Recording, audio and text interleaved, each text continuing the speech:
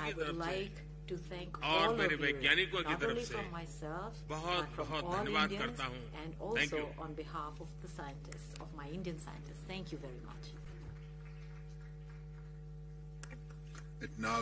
Thank you very much, Prime Minister Modi. It now gives me the pleasure to ask President Xi Jinping, President of the People's Republic of China, to make his statement.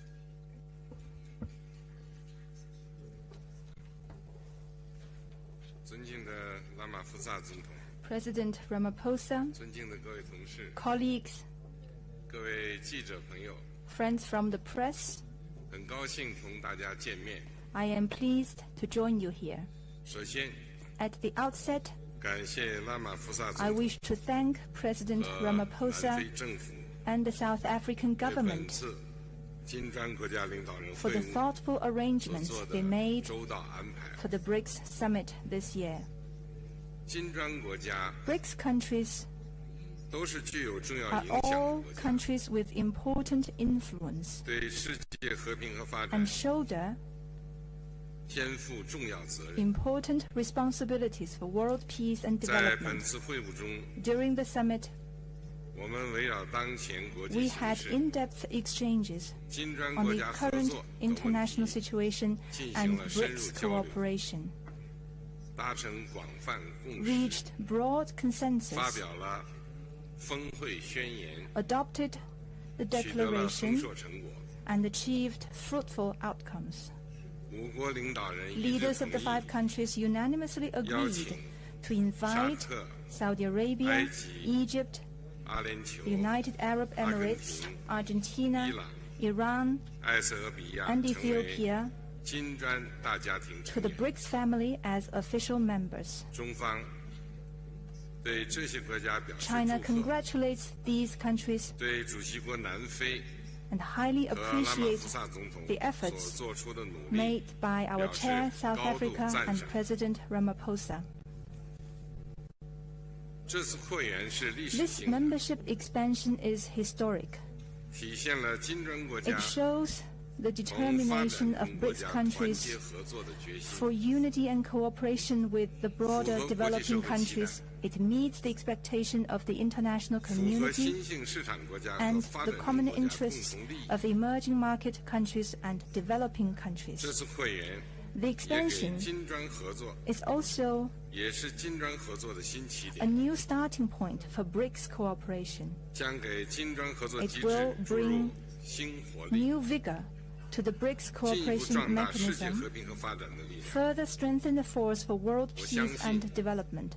I am confident, as long as we work with a common purpose, there's a lot Brics cooperation can achieve, and the future will be bright for Brics countries. Let us work together to write a new chapter of emerging market countries and developing countries working together in unity for development. Thank you.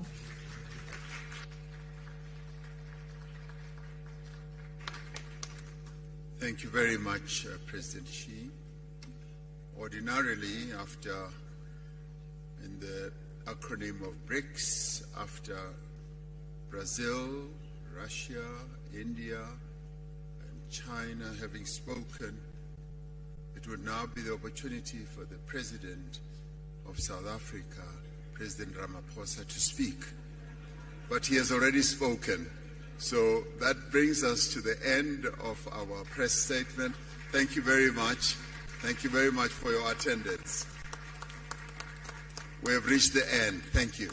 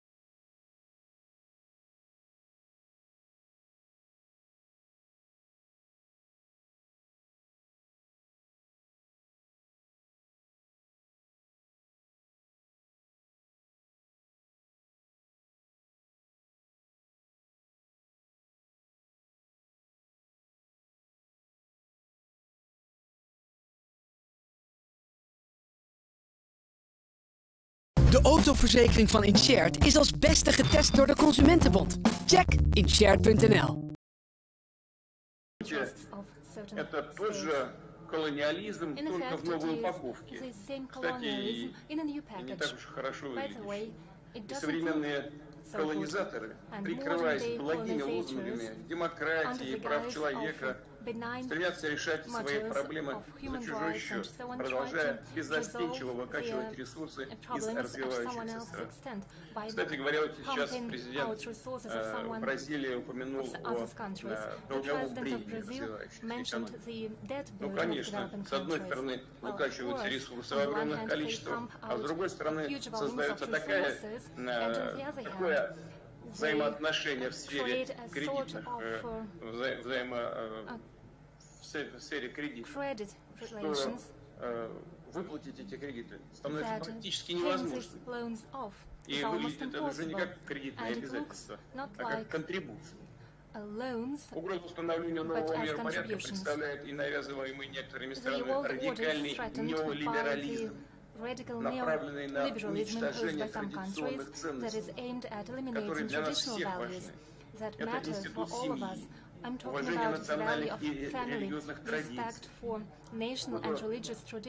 Конъюнктурным задачам некоторые политики не стесняются оправдывать даже неонацизм, ксенофобию, экстремизм и попустительствует террористам.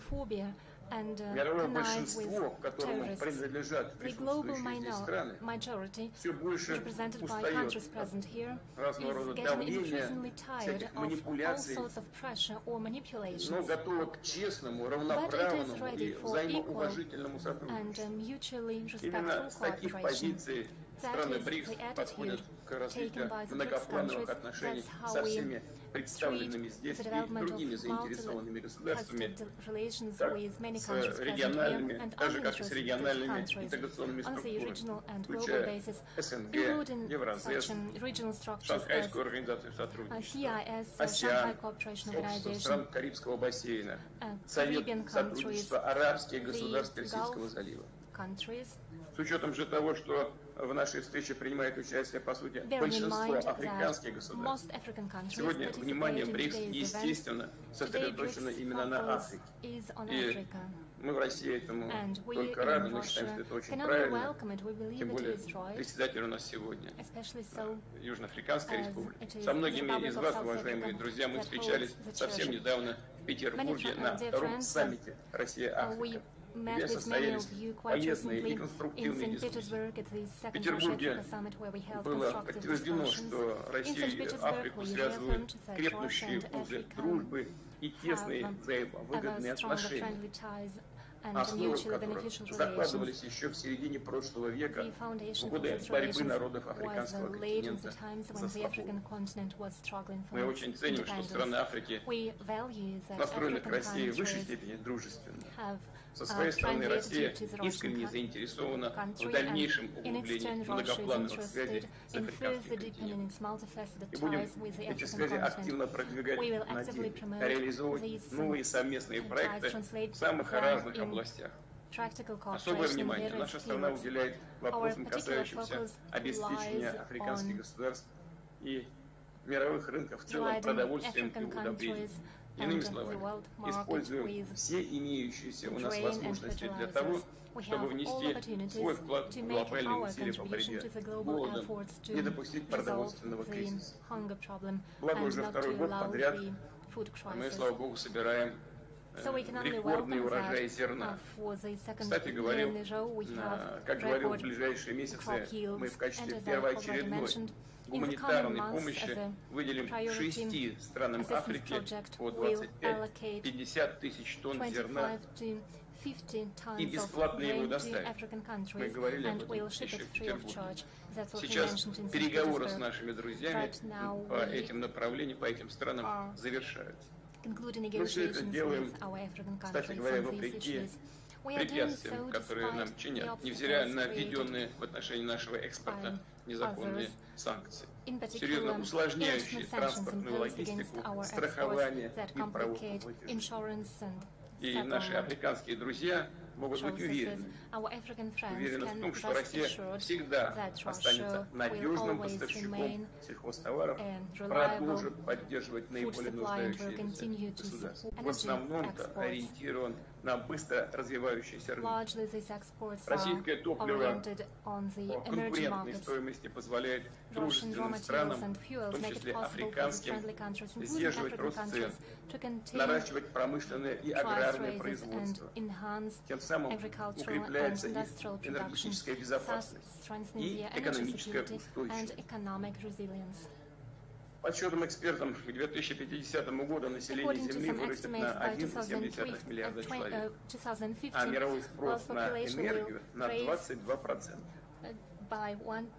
Прежде всего, в наименее развитых и развивающихся странах. Поэтому совершенно очевидно, что в обозримой перспективе альтернативы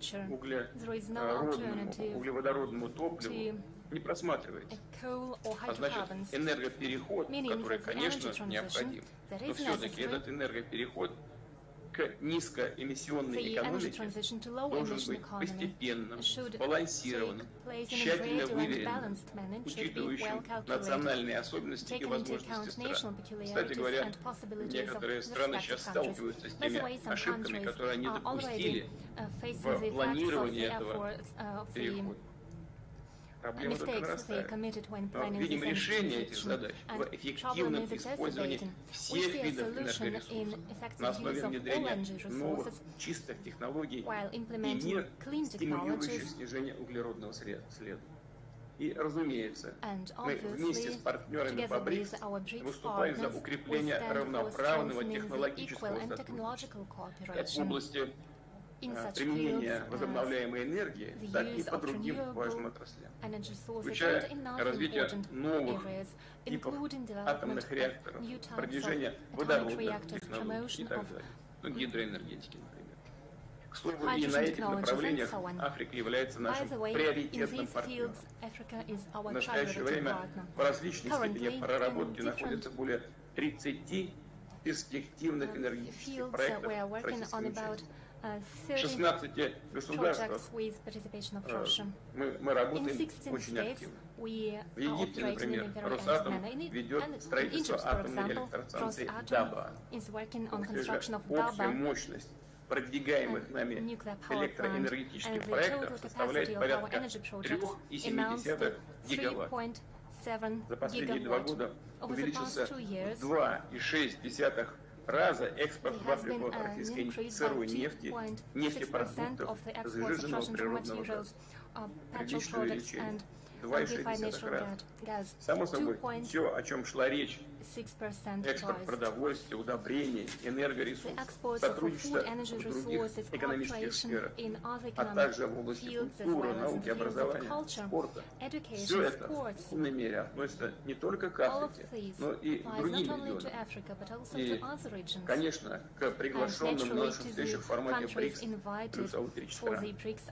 Со всеми мы будем выстраивать конструктивные We will build constructive win-win relations with everyone. We will enhance partnership, and our country has a lot to offer.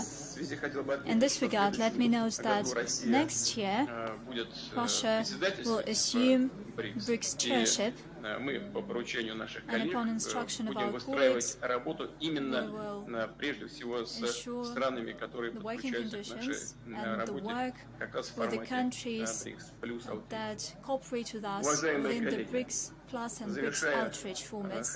Dear colleagues, by way of concluding, I'm confident that the current meeting will be very useful. It will help bolster friendly relations between the BRICS 5 countries. But next year, there will be an increasing number of new members. It will help galvanize cooperation on various tracks. Thank you for your attention.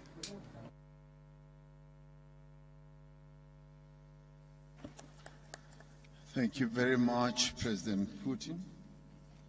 I now want to call upon Honorable Prime Minister of India, Mr. Narendra Modi, to take the floor.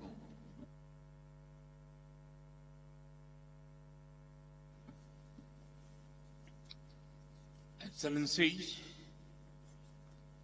Africa की भूमि पर आप सभी मित्रों के बीच उपस्थित होकर मुझे बहुत प्रसन्नता हो रही है। मैं राष्ट्रपति रामाफोसा का हृदय से अभिनंदन करता हूं। wholeheartedly thank President Ramaphosa that in the Brics Outreach Summit, he has given us the opportunity to share views with countries of Africa, Asia, and Latin America. In the last 2 days, in all of our discussions in Brics, we have laid emphasis on the priorities and concerns of the countries in the Global South. We believe that according special attention to these issues by Brics is a need of the current times. We have also decided to expand the Brics Forum. We welcome all the new member countries. This will make global institutions and forums more representative and inclusive, and this is one step towards such efforts of ours. When we use the term Global South, it is not just a new diplomatic term. हमने उपनिवेशवाद और रंगभेद का मिलकर विरोध किया। Africa की भूमि पर ही महात्मा गांधी ने अहिंसा और पीसफुल रेजिस्टेंस जैसी शक्तिशाली अवधारणाओं को विकसित किया और भारत के फ्रीडम स्ट्रगल से इस्तेमाल किया। In India's freedom struggle. His thinking and ideas inspired great leaders like Nelson Mandela. Based on this strong history, we have given a new shape to our modern relations. Excellencies, India has accorded high priority to its relations with Africa.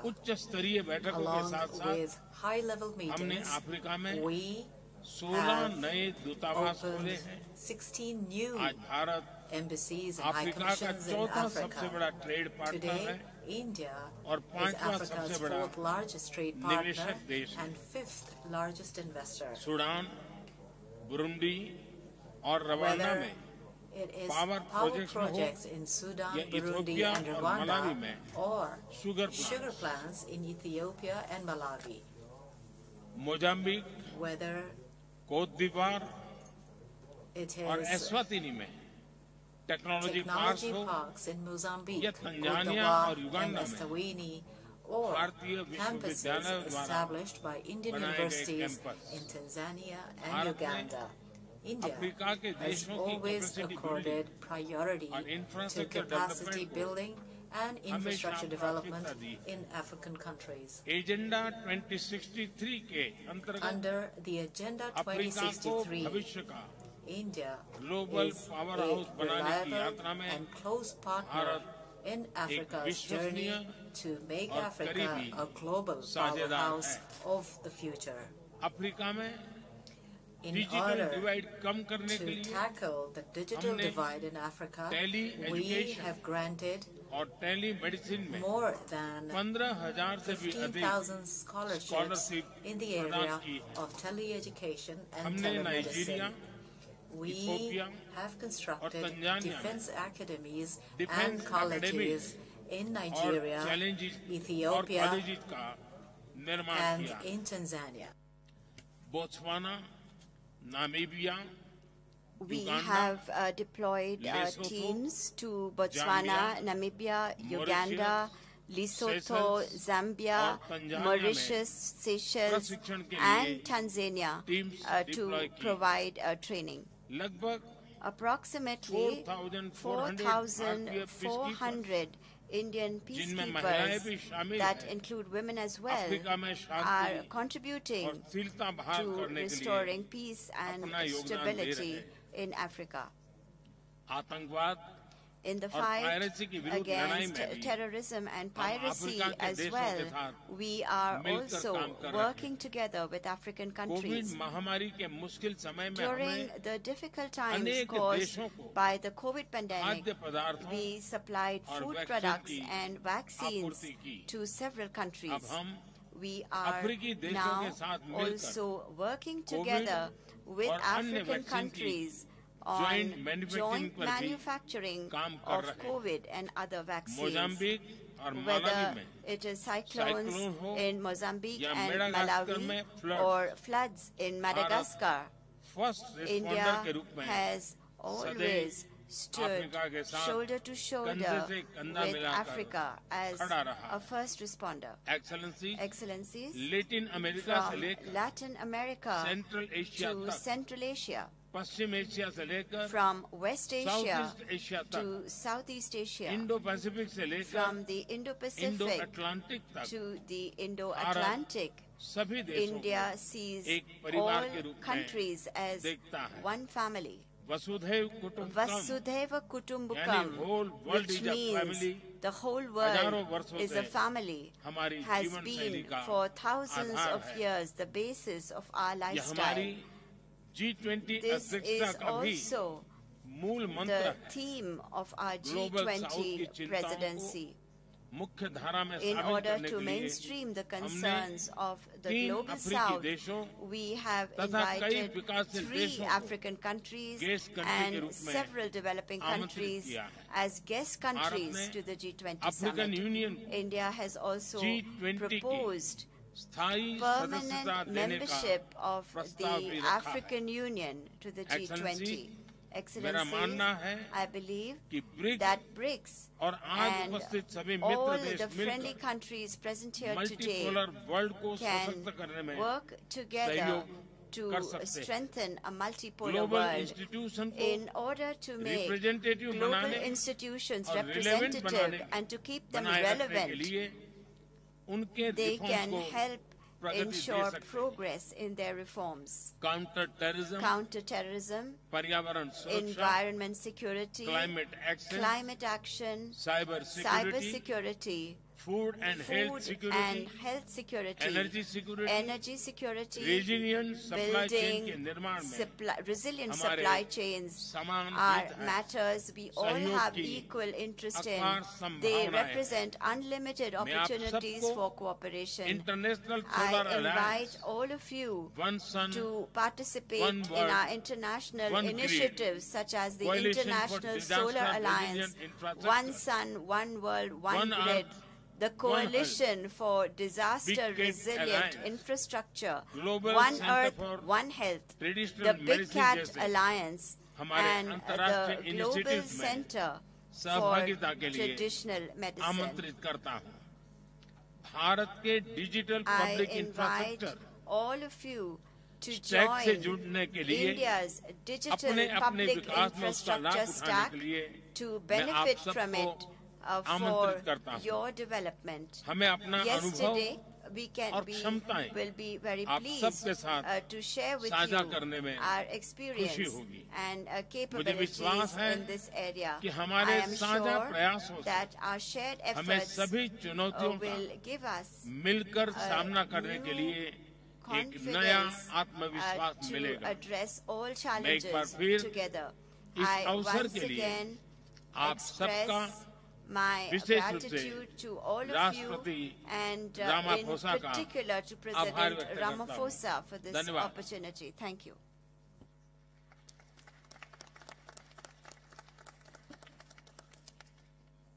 Thank you very much, Prime Minister Modi.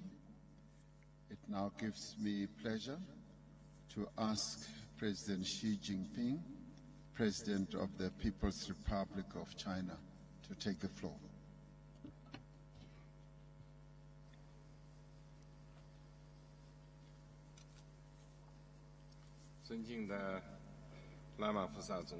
Your Excellency President Ramaphosa, dear colleagues, let me begin by thanking President Ramaphosa for preparing the dialogues. I am delighted to join you all in this discussion on global development. 发展承载着人民对美好生活的向往，是发展中国家的第一要务，也是人类社会永恒主题。今年是联合国2030年可持续发展议程的中期评估年。目前，多数可持续发展目标落实缓慢，令人担忧。全球发展事业面临巨大挑战。国际社会要以天下之利为力，以人民之心为心，推动发展问题重回国际议程的核心。要提高发展中国家在全球治理中的代表性和发言权，支持发展中国家实现更好发展。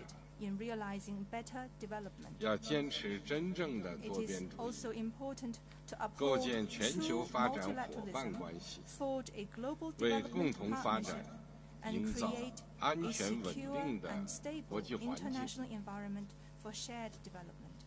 各位同事，中国始终同发展中国家同呼吸、共命运。过去是，现在是，将来也永远是发展中国家的一员。我提出全球发展倡议，就是为了让全世界聚焦发展，为落实可持续发展议程提供助力。去年，中国举办首届全球发展高质量对话会，推出一系列发展合作举措，取得可喜进展。我们坚持发展优先，加大了资源投入。中方已经成立总额40亿美元的全球发展和南南合作基金。中国金融机构即将推出100亿美元专项资金，专门用于落实全球发展倡议。我们坚持行动导向，深化了务实合作，从亚洲到非洲，从太平洋岛国到加勒比海岸，200多个合作项目开花结果，减贫、教育、卫生等领域合作机制不断拓展。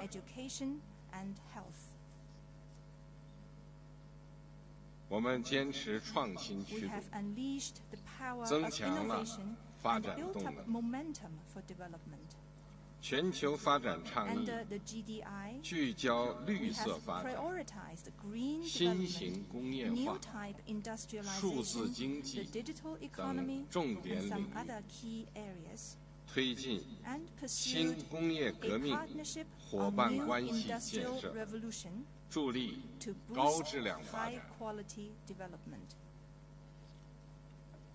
我们坚持共克时艰，提升了发展韧性。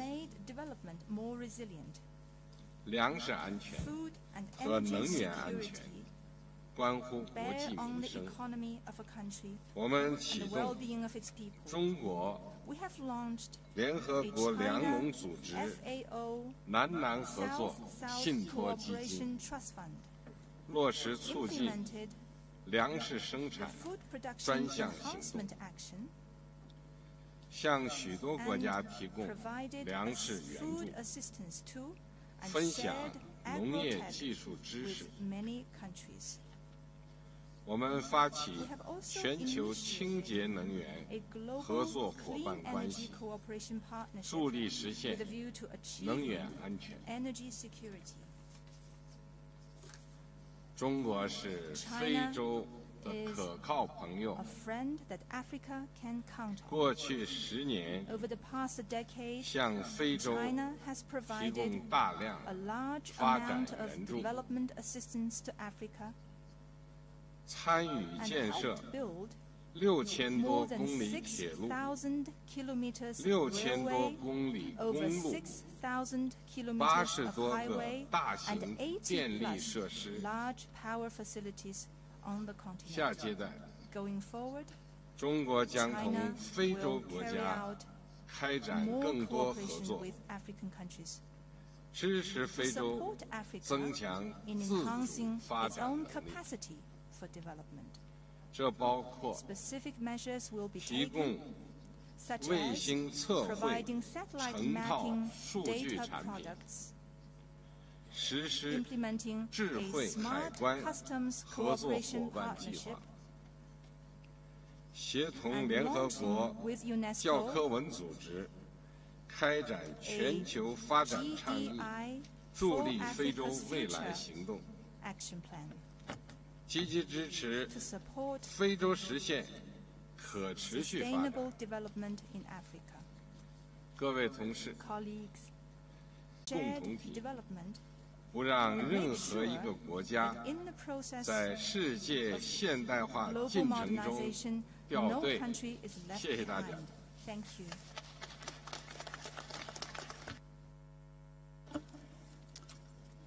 Thank you, President Xi Jinping. We also have the privilege of having the Secretary General of the United Nations, and I now call upon Secretary General Antonio Guterres to address us. Distinguished heads of state and government, excellencies, ladies and gentlemen, let me begin by thanking President Cyril Ramaphosa. We take great inspiration from the Rainbow Nation's extraordinary path to unity through action and justice. That is what our world needs: unity for action and unity for justice. We are confronting existential challenges. The climate crisis is spiraling out of control. A global cost of living crisis is raging. Poverty, hunger and inequalities are growing against the objectives of the Agenda 2030 for Sustainable Development. New technologies are raising red flags without a global architecture to deal with them. And geopolitical divides and conflicts are multiplying with profound global implications, especially the impacts from the Russian invasion of Ukraine. Excellencies, we are moving towards a multipolar world, and that is a positive thing. But multipolarity in itself is not enough to guarantee a peaceful or just global community. To be a factor of peace, equity and justice in international relations, multipolarity must be supported by strong and effective multilateral institutions. Look no further than the situation in Europe at the dawn of the last century. Europe was multipolar, but it lacked strong multilateral mechanisms, and the result was World War I. As the global community moves towards multipolarity, we desperately need, and I have been vigorously advocating for, a strengthened and reformed multilateral architecture based on the UN Charter and international law. Today's global governance structures reflect yesterday's world. They were largely created in the aftermath of World War II, when many African countries were still ruled by colonial powers and were not even at the table. And this is particularly true of the Security Council of the United Nations and the Bretton Woods institutions. For multilateral institutions to remain truly universal, they must reform to reflect today's power and economic realities and not the power and economic realities of the post-Second World War. In the absence of such reform, fragmentation is inevitable. And we cannot afford a world with a divided global economy and financial system, with diverging strategies on technology, including artificial intelligence, and with conflicting security frameworks. The IMF estimates that such a fracture could cost 7% of global GDP, a cost that would be disproportionately borne by low-income countries, mainly in Africa. And so I've come to Johannesburg with a simple message. In a fracturing world with overwhelming crises, there is simply no alternative to cooperation. We must urgently restore trust and reinvigorate multilateralism for the 21st century. And this requires the courage to compromise in the reforms that are necessary for the common good. And it requires full respect for the UN Charter, international law, universal values, and all human rights, social, cultural, economic, civil, and political. And it requires much greater solidarity. Of course, none of this is easy, but it is essential. And it is essential especially for Africa. The African continent, a historic victim of slavery and colonialism, continues to confront grave injustices. On average, African countries pay 4 times more for borrowing than the United States and 8 times more than the wealthiest European countries. And African countries accounts for just 4% of global greenhouse gas emissions, but it is an epicenter of climate chaos, suffering disproportionately impacts of climate change. And so looking ahead, I saw 2 priorities for action and justice. First, on the economic front. Redesigning today's outdated, dysfunctional and unfair global financial architecture is essential, but I know it won't happen overnight. Yet we can and must take practical action now. The Sustainable Development Goals stimulus I have proposed, an effective debt workout mechanism, and other steps necessary to multiply the resources available for developing countries are vital for sustainable development in Africa and to give options to African governments to support the development of their peoples. We must also drastically step up climate action and climate justice. I have put forward a Climate Solidarity Pact in which developed countries provide financial and technical support to help emerging economies in Africa and beyond to promote an equitable and just transition to renewable energy. And I have presented an acceleration agenda to boost these efforts, with developed countries committing to reach net zero emissions as close as possible to 2040 and developing countries as close as possible to 2050. And developed countries must also finally keep their promises to developing countries by meeting the 100 billion goal, doubling adaptation finance, replenishing the Green Climate Fund, and operationalizing the Loss and Damage Fund this year. And as a matter of justice, Africa must be considered a priority in all these efforts. Excellencies, we will not solve our common challenges in a fragmented way. Together, let us work to advance the power of universal action, the imperative for justice, and the promise of a better future, and I thank you.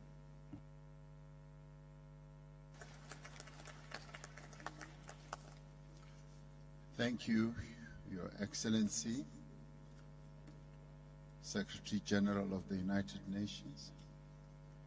Your Excellencies, there are almost 65 of us, and this forum has been designed so that everyone should be able to make a statement. I will not be making any commentary in between to ensure that we do conserve time. I similarly would like to request that when we speak, we should remind ourselves of the time limit that we have put aside for each one of us to speak. So I do beg for your indulgence in that regard. My next speaker will be His Excellency Azali Osunami, President of the Union of Comoros, but also the Chair of the African Union. President Osunami. Merci beaucoup, Monsieur le Président et chers frères. Monsieur Antonio Guterres, Secrétaire général de l'Organisation des Nations Unies, representative of the United Nations, dear colleagues, and then head of government, all protocol observed, I greet you in the name of God. It's an honor for me to take part in this gathering and then to bring the contribution of the African Union to this exchange, to this forum.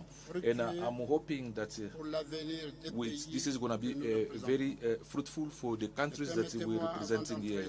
So allow me, before I get into the subject, to extend our thanks, our gratitude to President Ramaphosa, to the South African government and the South African people for the warm welcome that was given to us on our arrival in this country. So we're also expressing our gratitude for all the measures that have been taken to facilitate our meetings and then make our stay here in South Africa most enjoyable. The land of Nelson Mandela, our biggest leader, a figure who's making the continent very proud. So, dear the African Union that I have the honor to come and represent here, so is giving a very important meaning to work with countries in BRICS. So, it's considering that as a very most important opportunity for countries to explore together the areas of cooperation that would be beneficial to all of us. And then for that, to see how the bloc can also expand to other African countries. It's a process that will contribute to multiply benefits associated to this cooperation.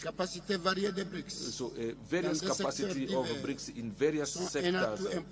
It's a very important benefit that will foster the growth and the development of the African continent. So today Africa is faced with many challenges, especially to the issue of food security, which is something we cannot accept because our continent, which possesses 70% of arable land in the world, is registering a deficit every year in the area of food security, ranging up to $200 billion.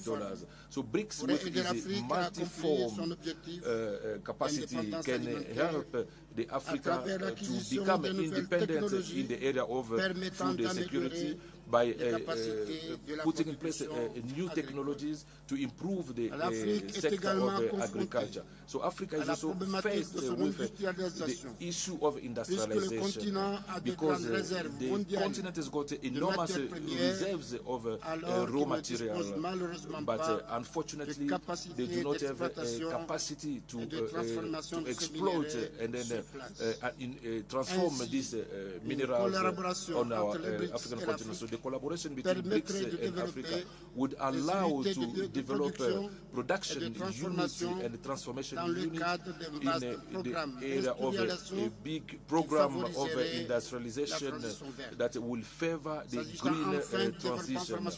Finally, on the pharmaceutical sector, BRICS has got a capacity to develop a partnership with Africa in order to promote research in the pharmaceutical area, but as well encourage the increase of pharmaceutical products. The example of vaccines in South Africa, especially during COVID, that has demonstrated that African countries not only they've got techniques and necessary technologies, but they also have a capacity to contribute to the world effort to improve the.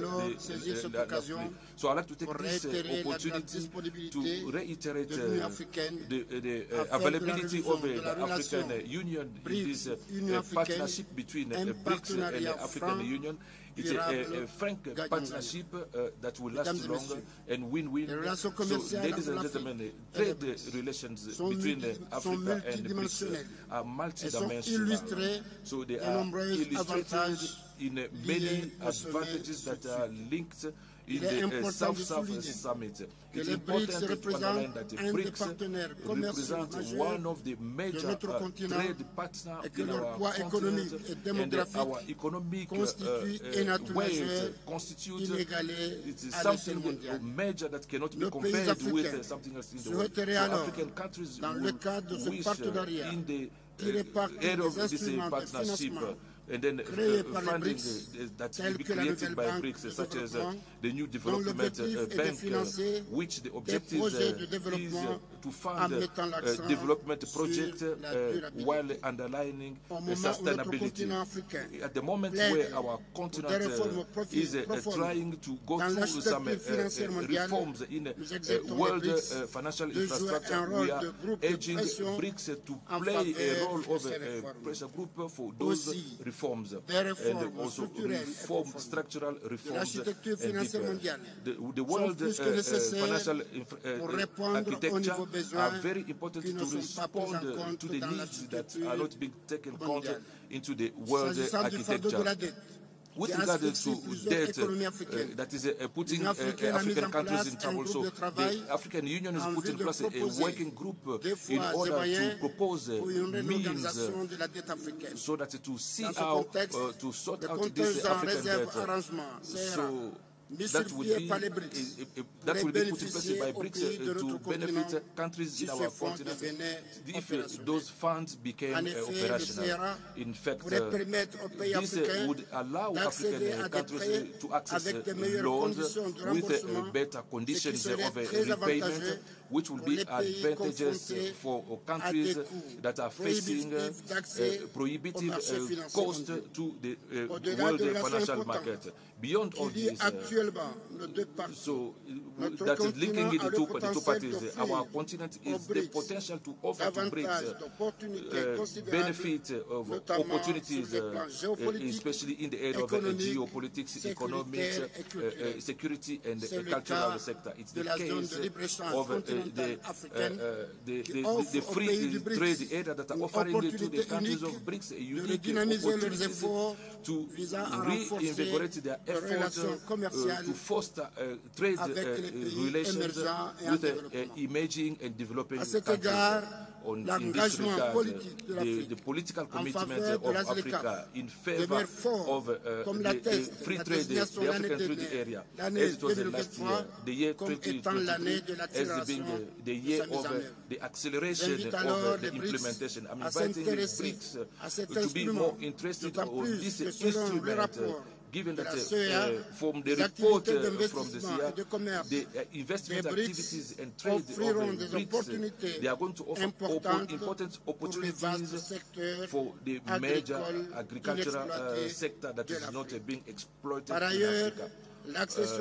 Furthermore, the access of Africa in G20 that will offer also an opportunity to Africa, a central platform to amplify its position on world economic issues for a more inclusive multilateralism. It will also constitute an opportunity for the continent to work with BRICS in favor of the advent of a world economic governance that is more fair and just. All the actions that we are undertaking in the favor of BRICS and the development cannot last without peace and stability in the world.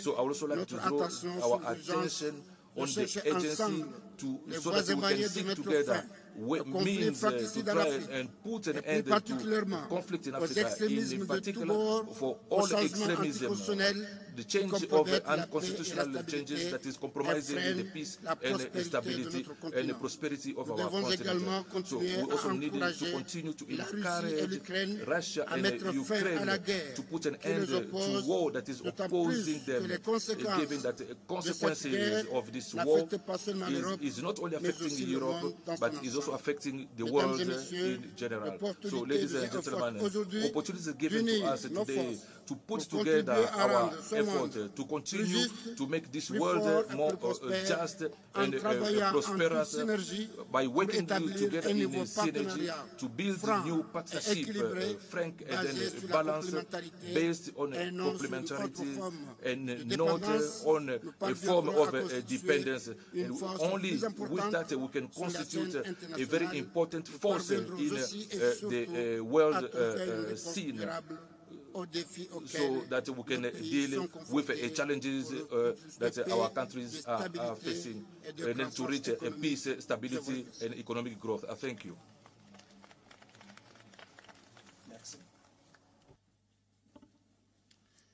Thank you, President Asunami. I now want to call upon His Excellency President Evariste Ndayishimiye, President of Burundi, and also the Chair of the East African Community. President.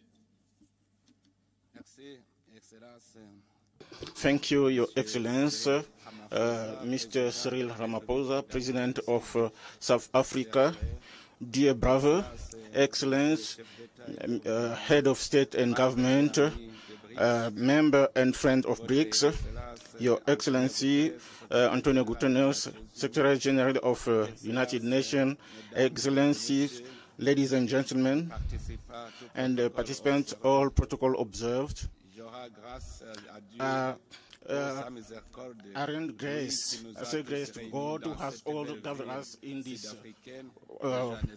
space in Johannesburg. Allow me to express my deepest gratitude to the government and to the South African people for having invited my government.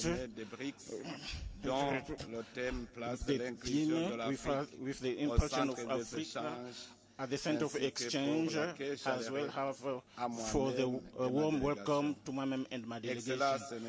Excellence, ladies and gentlemen, this summit comes at a particular moment.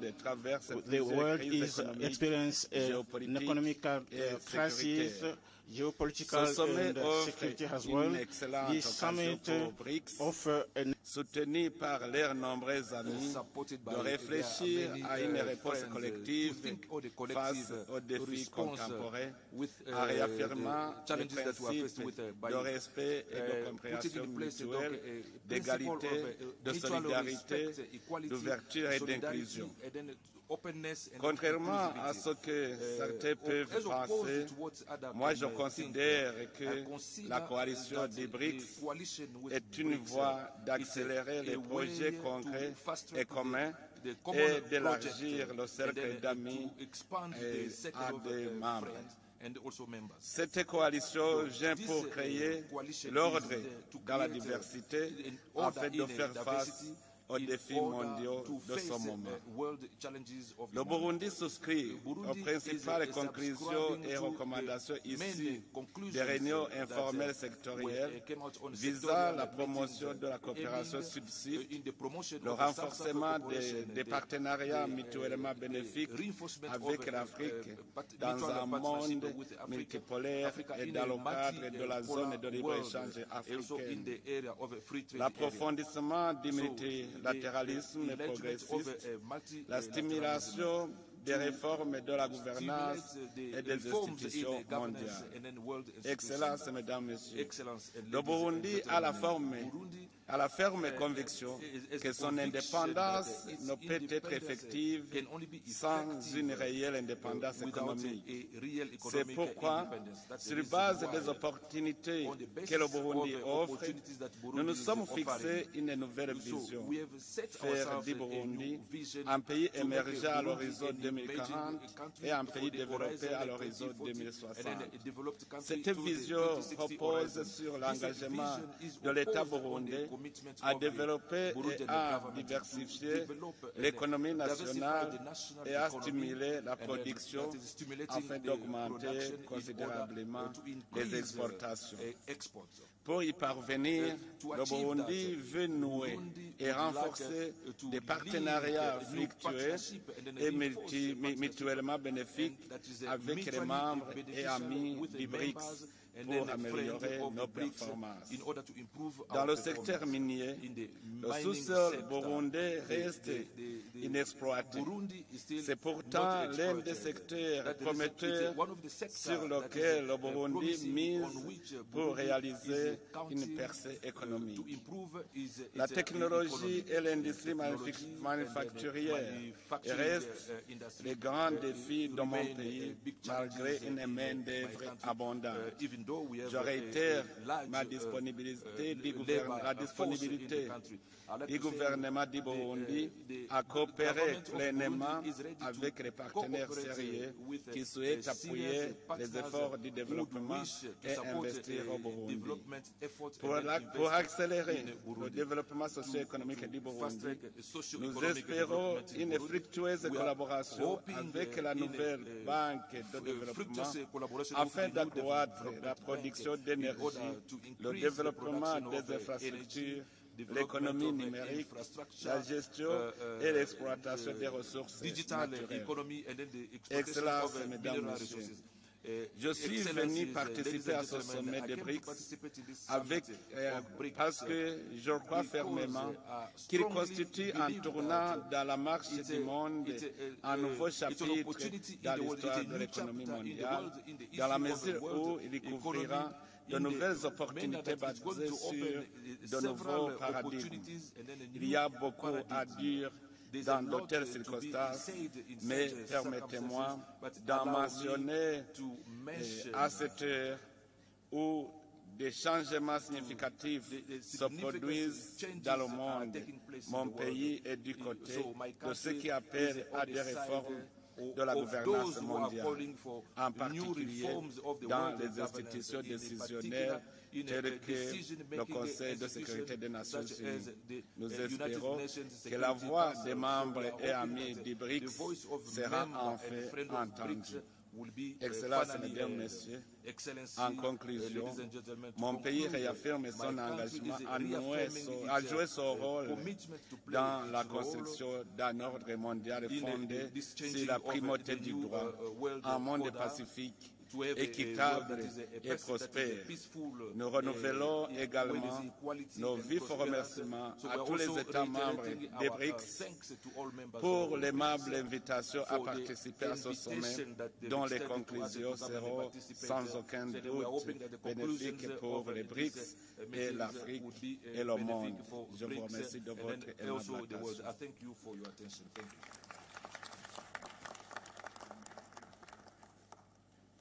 Thank you, President. I now want to call upon His Excellency, President Miguel Diaz-Canel, the President of the Republic of Cuba, also Chair of the Group of 77. President Canel. Su Excelencia Cyril Ramaphosa, Presidente de la República de Sudáfrica, distinguidos jefes de Estado y de Gobierno y demás jefes de delegaciones, estimados participantes. Es un alto honor y un privilegio participar en una cumbre de Brics, un mecanismo de integración que por su novedad y diversidad abre expectativas y esperanzas en el camino del fortalecimiento del multilateralismo que hoy resulta tan urgente como imprescindible para el destino mismo de la humanidad. Valoramos mucho que esta cita acontezca en tierras africanas, cuna de una parte de nuestros ancestros que alimenta de forma fundamental la esencia misma de la identidad cubana. La satisfacción es aún mayor porque nos trae a Sudáfrica, país al que nos unen históricos lazos de hermandad. Cerca de 400.000 compatriotas contribuyeron a la lucha contra el apartheid en tierras africanas. 2.289 de nuestros combatientes internacionalistas cubanos cayeron heroicamente, escribiendo con su sacrificio una de las páginas más hermosas en la historia de la solidaridad entre los pueblos. Quiero citar y recordar un conocido refrán africano: las huellas de los que caminaron juntos jamás se podrán borrar. En el caso de Sudáfrica y Cuba, esas huellas son tan sólidas e imborrables como la memoria de los líderes históricos de ambas naciones. Jamás podremos olvidar el abrazo de Nelson Mandela y Fidel Castro al encontrarse aquí y exigirse mutuamente el reencuentro, como solo ocurre entre hermanos muy entrañables. Asisto a este diálogo con la enorme responsabilidad que representa para Cuba presidir el Grupo de los 77 y China, la más amplia y diversa agrupación de naciones en desarrollo.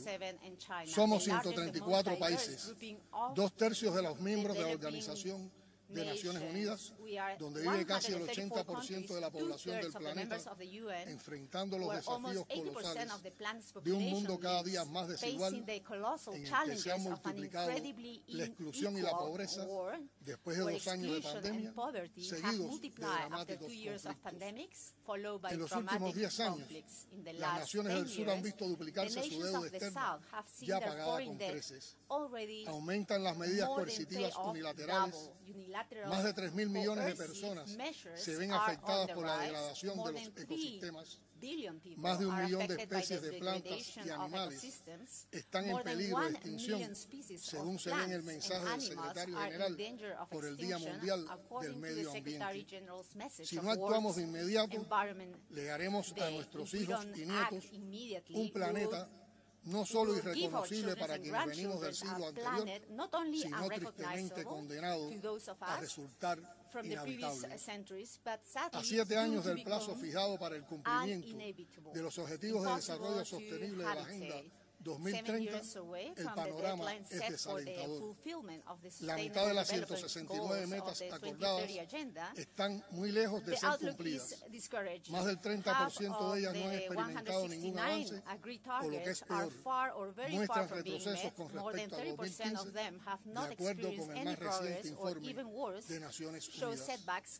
Los países desarrollados de Occidente y las grandes transnacionales han diseñado un orden internacional que no toma para nada en cuenta el progreso de las naciones del sur y solo resulta eficaz para exiguas minorías. El Grupo de los 77, China y los Brics, tenemos la responsabilidad y la posibilidad de actuar por un cambio de ese injusto orden mundial. No es una opción, es la única alternativa. Hoy nadie puede cuestionar la creciente autoridad de los Brics. Por eso no dudamos en dar la bienvenida a su eventual ampliación, que contribuiría a reforzar su relevancia y representatividad. Ha sido un reclamo histórico del Grupo de los 77, como lo es también de los Brics, emprender una transformación real de la arquitectura financiera internacional profundamente injusta, anacrónica y disfuncional. Creemos firmemente que el nuevo Banco de Desarrollo creado por los Brics puede y debe convertirse en una alternativa frente a las actuales instituciones financieras que han aplicado por casi un siglo recetas draconianas para lucrar con las reservas del sur y reproducir sus esquemas de sometimiento y dominación. Saludamos de manera especial la designación de la querida Dilma Rousseff al frente de esa entidad y la loable iniciativa de los Brics de crear un mecanismo de reserva de monedas extranjeras de base amplia que garantice certidumbre y estabilidad al sur. Seguramente, la extensión de ese mecanismo a otros países contribuiría a paliar los desequilibrios del sistema monetario actual. El establecimiento de líneas de crédito mutuas que pudieran aplicar un monopolio de la moneda estadounidense que refuerza y garantiza una hegemonía dañina para el resto del mundo. Los países del BRICS son líderes mundiales en la producción agrícola, concentrando alrededor de un tercio de los alimentos producidos a nivel global. Su acción conjunta con el resto de los países en desarrollo sería un aporte sustancial a la eliminación del hambre que hoy padecen más de 700 millones de personas en el mundo. En materia de cambio climático, enfatizamos en el valor estratégico de la coordinación efectiva entre los BRICS y el Grupo de los 77 para salvaguardar el principio de las responsabilidades comunes, pero diferenciadas en la implementación de la Convención Marco y el Acuerdo de París. En la COP28, que tendrá lugar este año en Dubái, por vez primera se celebrará una cumbre de líderes del Grupo de los 77, convocada por Cuba para reforzar la coordinación estratégica.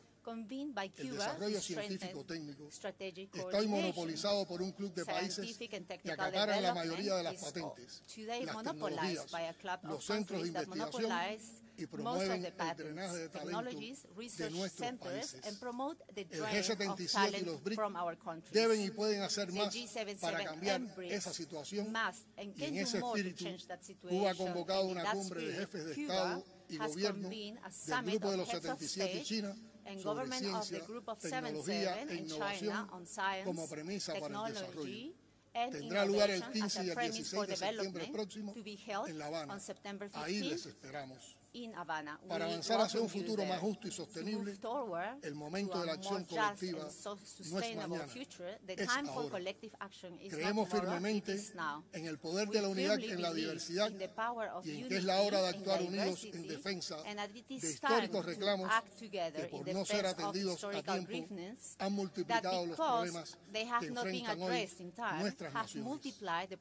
Y ya que estamos en la nación del arco iris, que ha vencido el odio del pasado, integrando su rica diversidad de culturas, idiomas y creencias religiosas, asumamos todos los preceptos de la sabia filosofía humanista africana del Ubuntu, la ética del cuidado del otro, que frente al egoísmo y el individualismo promueve una vida solidaria, fraternal y respetuosa en la que nadie quede atrás. El G77 y los BRICS tenemos la oportunidad de generar una transformación histórica. Por el bien de las futuras generaciones, hagámoslo. Muchas gracias.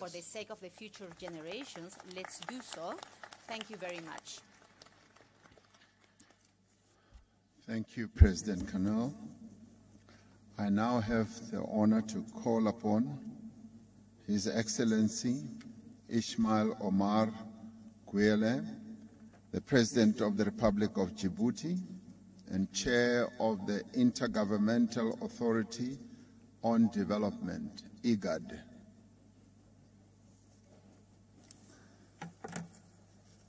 Thank you, Chair. Bismillah ar-Rahman ar-Rahim.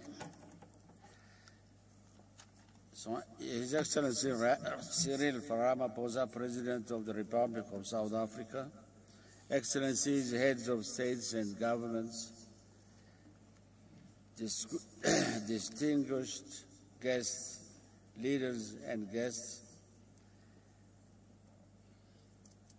Firstly, I would like to express my appreciations to His Excellency President Cyril Ramaphosa, the President of the Republic of South Africa, and the people of South Africa for their warm welcome and hospitality during our visit to this beautiful country. On behalf of all members of IGAD, as well as myself, I would like to extend my gratitude to you, Mr. Chairman, for inviting me to attend this 15th BRICS Summit held in Africa under African chairmanship with a focus on our continent. The partnerships between BRICS and Africa goes beyond convenience. It is a strategic imperative. Together, we have the power to reshape the landscape, promote inclusive growth, and eradicate poverty. By joining forces, we can create a world where no nation is left behind, where prosperity is shared equally, and where sustainable development becomes reality. Africa possesses resources, and when combined with the technological capabilities and investment potential of BRICS, it opens up unparalleled opportunities for both regions. By allocating resources to infrastructure, energy, agriculture, and manufacturing sectors, we can generate employment opportunities, enhance productivity, and uplift millions from poverty. This is a moment to seize in order to establish connections, promote trade activities, and enable technology transfer that will ensure Africa's emergence as a global economic powerhouse. Djibouti stands as a committed partner and ally to BRICS nations. We are also supporters of the African Union-led efforts toward economic integration through the implementation of the African Comprehensive Free Trade Agreement. It is a step that places Africa in its rightful position within the global order. We appreciate your efforts to advance and strengthen the partnership between BRICS and the continent. In summits, we have already identified key areas of focus that contribute to a mutually beneficial partnership. Your leadership in enhancing the relationship between BRICS and Africa serves as a motivation for us to make substantial contributions towards our shared goals and interests. Dear Chairman, I eagerly commend the BRICS partnership for creating a platform that offers an opportunity to diversify expand the global economic landscape. Undoubtedly, BRICS is a force with politically and economically. It is a success story evident from the growing number of countries aspiring to join this group, as well as the commendable performance of the new Development Bank with its extensive portfolio of projects aimed at maximizing development impact. I am delighted to announce that IGAD fully aligns with and supports the priorities outlined by the BRICS Chair for 2023. Specifically, Africa and IGAD aim to mobilize investment in order to develop infrastructure that connects parts of our continent, thereby boosting intra-African trade growth and value chains. Indeed, IGAD takes pride in being one of the fundamental elements of the African continent free trade area. We wholeheartedly welcome the important role that BRICS can play in supporting our collective endeavors as a continent to drive trade, investment, and infrastructure development within the context of this momentous undertaking. As we all know, it is widely understood that economic plans and agendas often falter without sustained commitment and financial backing. Therefore, we warmly embrace the opportunity to further explore and expand upon some of the ideas and decisions that were discussed during meetings of BRICS Africa Outreach BRICS Plus Dialogue in 2013 and 2018. We sincerely hope that the establishment will extend its support to Africa's effort in bridging the enormous infrastructure gap across our continent. According to data from the African Development Bank, Africa requires an annual investment of $170 billion for comprehensive infrastructure improvements. The combination of external shocks that have disrupted progress in many countries, along with high borrowing costs and increasing debt service obligations, has made it challenging for our economies to attract new financial resources. Africa, with its resources, youthful population, and untapped potential, has become a symbol of hope and opportunity. It is a continent that has faced challenges but continues to rise with resilience and determination. Today, Africa finds itself at a turning point where it can unleash its potential and make substantial contributions to the global economy. Mr. Chairman, distinguished guests, at the core of the IGAD mandate is the obligation to strengthen multilateralism. Additionally, one of our principles is enhancing women's participation in peace process. Indeed, it is only last week that we launched the IGAD Women, Peace and Security Forum as part of our own unwavering commitment harness the transformative power of women's contributions to peace building and conflict resolution. Finally, we support the call for reforms to the international architecture and address the ossification of inequalities, gaps, and inefficiencies. We need to relentlessly work together to ensure that the new architecture is reset to be relevant to today's global challenge. Let's take advantage of this partnership today to strengthen the ideals and spirit of growth so that we can pave the way for a brighter and more prosperous future for all our people. I thank you.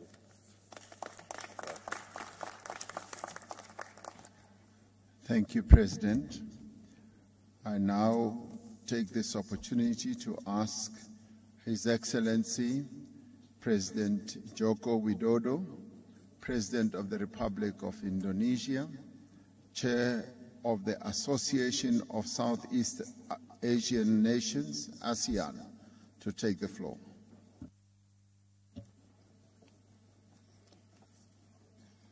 Terima kasih Presiden Ramaphosa. Yang mulia, dunia saat ini seakan bergerak tanpa nahkoda, seakan bergerak tanpa kompas yang jelas. Perang dan konflik telah menyebabkan tragedi kemanusiaan. Krisis pangan telah mengakibatkan puluhan juta orang jatuh miskin. Belum lagi ancaman perubahan iklim yang mengintai umat manusia. Dari pandemi kita telah diajarkan bahwa krisis global tidak akan bisa selesai kalau kita bekerja sendiri-sendiri atau oleh sekelompok negara saja. Dibutuhkan kolaborasi dan solidaritas bersama untuk mengatasinya. Kehadiran saya hari ini bukan hanya sebagai pemimpin Indonesia, tapi sebagai sesama pemimpin The Global South yang mewakili 85% populasi dunia yang menginginkan win-win formula. Kehadiran saya di sini juga didasari keinginan untuk terus menghidupkan spirit Bandung yang masih sangat relevan sampai saat ini, di mana solidaritas, soliditas dan kerjasama antar negara berkembang perlu terus diperkuat. Yang mulia, sebelum kita membahas berbagai kerjasama, ada satu hal mendasar yang harus kita sepakati. Semua dari kita harus konsisten menghormati hukum internasional dan hak asasi manusia. Kita semua melihat tatanan ekonomi dunia saat ini sangat tidak adil, gap pembangunan semakin lebar, rakyat miskin dan kelaparan semakin bertambah, dan situasi seperti ini tidak boleh dibiarkan. Negara berkembang harus bersatu untuk memperjuangkan hak-haknya, diskriminasi perdagangan harus kita tolak, hilirisasi industri tidak boleh dihalangi, kita semuanya harus terus menyuarakan kerjasama yang setara dan inklusif. Brics dapat menjadi bagian terdepan untuk memperjuangkan keadilan pembangunan dan mereformasi tata kelola dunia yang lebih adil. Terima kasih, Ketua.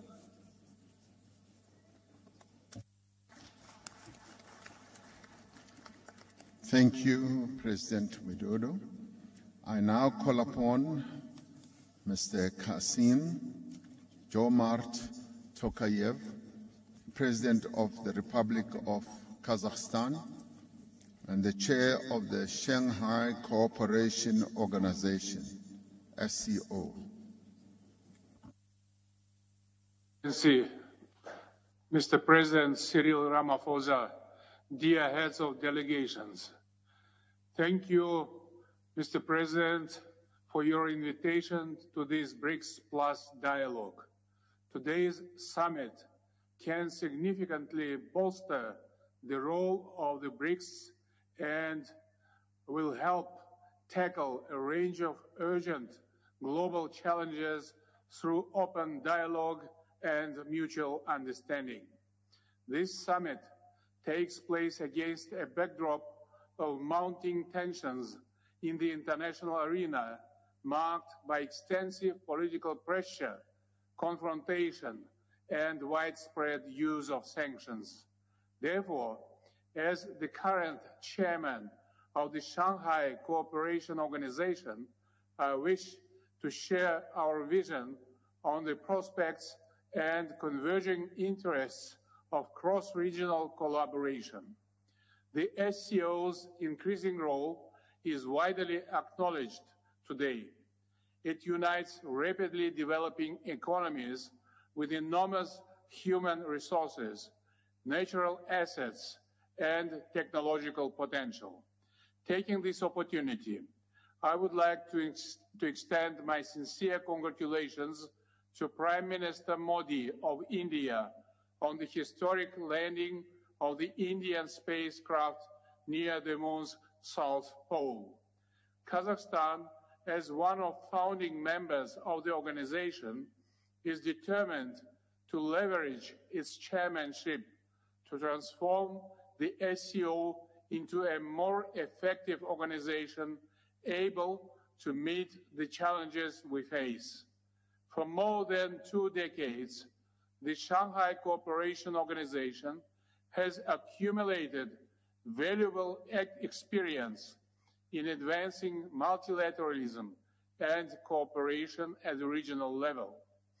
Given the interests and priorities shared by the BRICS and the SCO, I propose to combine our efforts in the following key areas. We should seek a suitable formula for peace, stability, and security based on the UN Charter. To this end, at the SCO summit this year, I proposed the initiative on World Unity for Just Peace and Harmony. This initiative aims at making progress on global security and stability, as well as establishing a more rational political and economic international order. The BRICS and BRICS Plus partners could cooperate in advancing this initiative for the common good. Next, We should unite the SCO, BRICS, and BRICS Plus countries' record in the critical digital domain, e-commerce, cybersecurity, and increase information exchange. Kazakhstan will host the Shanghai Organization's Digital Forum next year, and I am pleased to invite the BRICS Plus partners to take an active part in this important event. Kazakhstan calls on all partners to join us in economic trade, transport, and investment projects along the north-south and east-west corridors. The Trans-Caspian International Transport Route, which complements crucial Belt and Road Initiative, offers valuable trade cooperation prospects. This synergy will boost inter-regional trade and unlock the full transit and transportation potential of our respective regions. We all admit that climate change has far-reaching negative effects on the global scale. Over the past few years, the global South and Central Asia have seen an acceleration of severe droughts and other natural disasters. In this context, Kazakhstan has proposed to declare 2024 as the Year of Ecology in the SCO and spearhead efforts in addressing this pressing issue. The SCO Action Plan for the Year of Ecology is a timely initiative that I hope will resonate with the BRICS family. Finally, against this backdrop, food security is gaining a special importance on the global agenda. Today, 3 of the world's 4 major food producers are BRICS members, and the BRICS countries' total agricultural GDP accounts for more than half of the global total. There is a need to enforce adequate measures to reduce food imbalances in our countries. We must depoliticize the global supply of food and fertilizers and exclude them from any sanctions and restrictions. Dear colleagues, under the BRICS and Africa banner of South Africa's presidency, Kazakhstan is willing to strengthen multifaceted cooperation with the BRICS countries and the African Union. Kazakhstan wishes to contribute to fostering the potential of BRICS as its participating state. I strongly believe that we need to accelerate a collective approach towards global security, sustainable development, and inclusiveness. Thank you.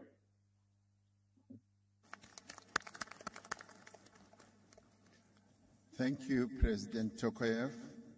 I now call upon His Excellency President Hakainde Hichilema, the President of the Republic of Zambia, Chair of the Common Market for East and Southern African COMESA. Thank you very much, President Ramaphosa. Due recognition to you, other BRICS leaders, excellencies, heads of state and government, and all the dignitaries that are here from all our countries that are present. I also wish to effectively and firmly endorse the importance of this summit in providing us with an enhanced opportunity to work with the BRICS countries to be able to support our developmental agendas in our individual countries, regions, continent of Africa, and elsewhere. Mr. Chairman, we wish to express our appreciation that this forum provides to enhancing our partnership and in fostering development, as I said. And because of the importance of this platform, Mr. Chair, I simply want to express what we believe are critical. As Zambia, COMESA countries, we see this as a rare opportunity to address the challenges we've kept on talking about for a long time and on many platforms. One, that we need to reform the global order, in particular to address the inequities associated with critical ingredients to development, such as capital. The cost of capital is what I'm talking about. Africa, as we have already acknowledged, pays a higher cost of capital than any other on the globe.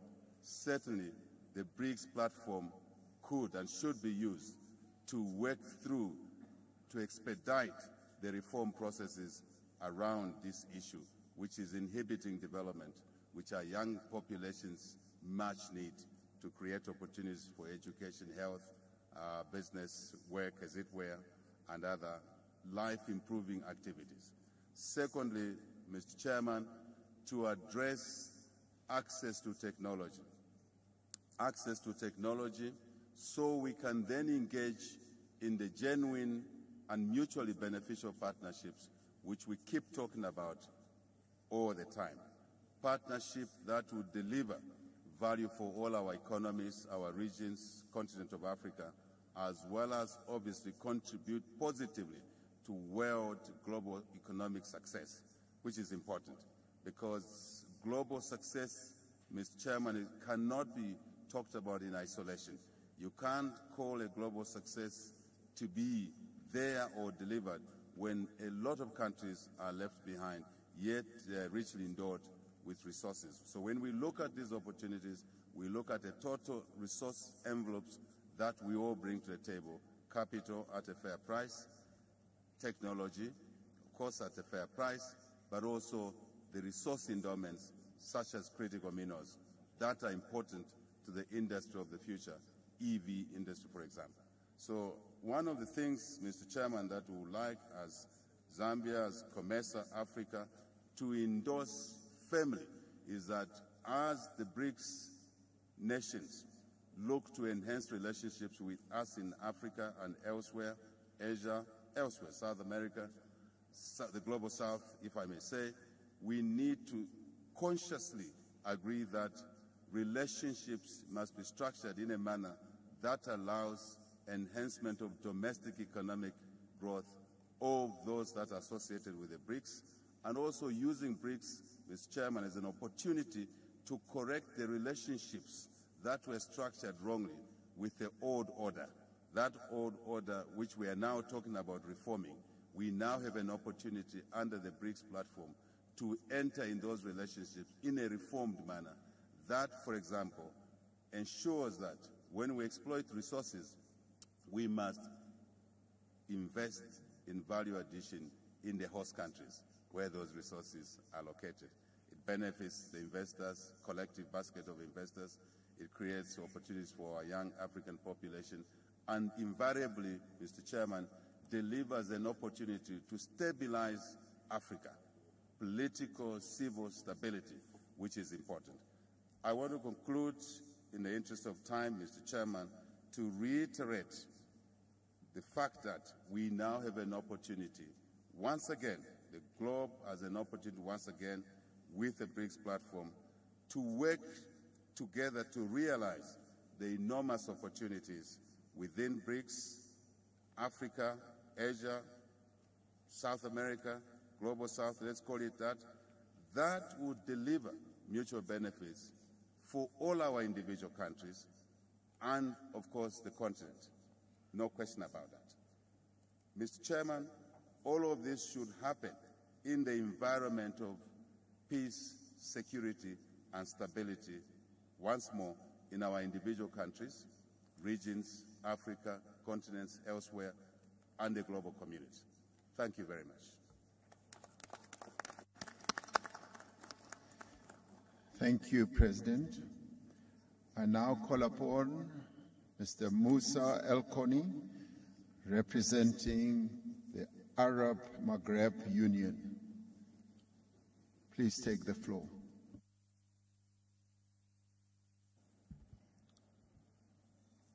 شكرا جزيلا. بسم الله الرحمن الرحيم. اسمحوا لي في البداية لدي مجموعة من الكلمات من المستشارين المرافقين لي، لكن سأتحدث بقلبي لكم جميعا. سأسترجل الكلمة لأن هذا الحدث هو هام وتنتظره شعوبنا منذ فترة طويلة، كما أشار السيد رئيس إندونيسيا بأن مناطقنا أو عالمنا كان يفتقد إلى القادة، وهذه المجموعة الخمس والتي تمثل القادة الجدد لدولنا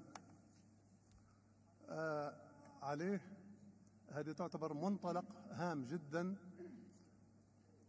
ممكن البناء عليه وتخرجنا من الأزمات التي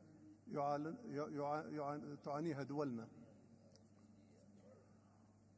فتجربة الدول الخمس هامة جدا لأنها أيضا نهضت من الأزمات التي كنا نحن نعيشها. فكانت أزمة كبيرة تعاني منها جنوب أفريقيا، والصين أيضا فرضت نفسها كأهم اقتصادات العالم بعد عدة إجراءات ونضال كبير خاضته في لرفع معيشة المواطن الصيني. لذا نحن نريد من الدول الخمس أن يساعدوا هذا العالم الشبيه لعالمهم الذي كانوا فيه، بمعنى بالخبرة، بالإدارة، بالإمكانيات. نعم، أفريقيا غنية وهي الأفقر، إذ في أفريقيا يباع الكيلو الكاكاو $1 لكي تشتري قطعة من الشوكولاتة $15. بمعنى نحن محتاجين إلى الصناعات التحويلية. نحن ليبيا دولة غنية ومنتجة للبترول، ونبيع البترول بأسعار بخسة لنشتريه مصنع بأرقام فلكية أيضا. لذا نحن أحوج ما نكون لأن نغير إدارتنا لمؤسساتنا ولأموالنا. بمعنى ما ينقص ليبيا ليس الأموال، بل تنقصها الإدارة الحكيمة، وأيضا مكافحة الفساد المستشري في معظم دولنا. ولهذا لابد من الاقتداء بالدول الخمس لمعالجة هذا الأمر الهام والمؤثر جدا على عدم نمو دولنا. إن شعوبنا الآن لا تنتظر منا أن نلقي الخطب أو ندغدغ العواطف بقدر ما تنتظر منا شيء ملموس تراه على الأرض. لذا هذا التجمع الكبير ولقائه اليوم مع مجموعة البريكس يعني أن نحن ندعم هذه المجموعة، بل يستعد الجميع للانضمام عليها. ولا يعني هذا بأي حال من الأحوال استعداء أي طرف كان أو أي طرف خارج هذه المجموعة أو محاولة خلق عداوات مع أطراف الآن قد تتهجم على هذه المجموعة أو ما تحاول القيام به من تنمية وقيادة حكيمة لشعوبها. نحن في ليبيا كما تعلمون صبر الشعب الليبي طويلا ثم انتفض، وكما ترون في دول الساحل أيضا الشعوب تنتفض يوميا، وهناك الكثير من الدول لقد يحصل فيها ما حصل في ليبيا أو غيرها. عليه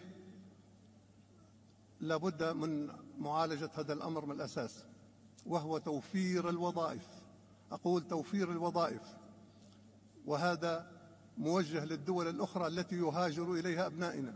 نحن لسنا سعداء بأن يموت أبنائنا في الصحاري وفي المناطق التي تشهد اقتتال ويتعرضون للخطر، أو يموتون في البحار أو يتشردون في شوارع أوروبا.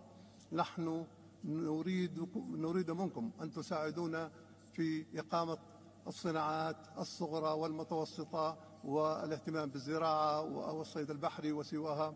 فنحن نريد أبناؤنا أن يبقوا في أوطاننا.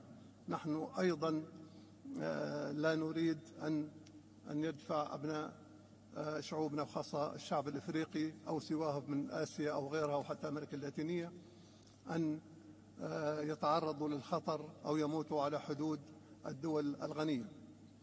فيجب أن تكون هذه المجموعة أن تنضم إلى أو تتحدث إلى الدول الكبرى الأخرى بأنها أن تعمل معنا بخطط واضحة وجلية ومفيدة لشعوبنا. وأشكركم شكرا جزيلا.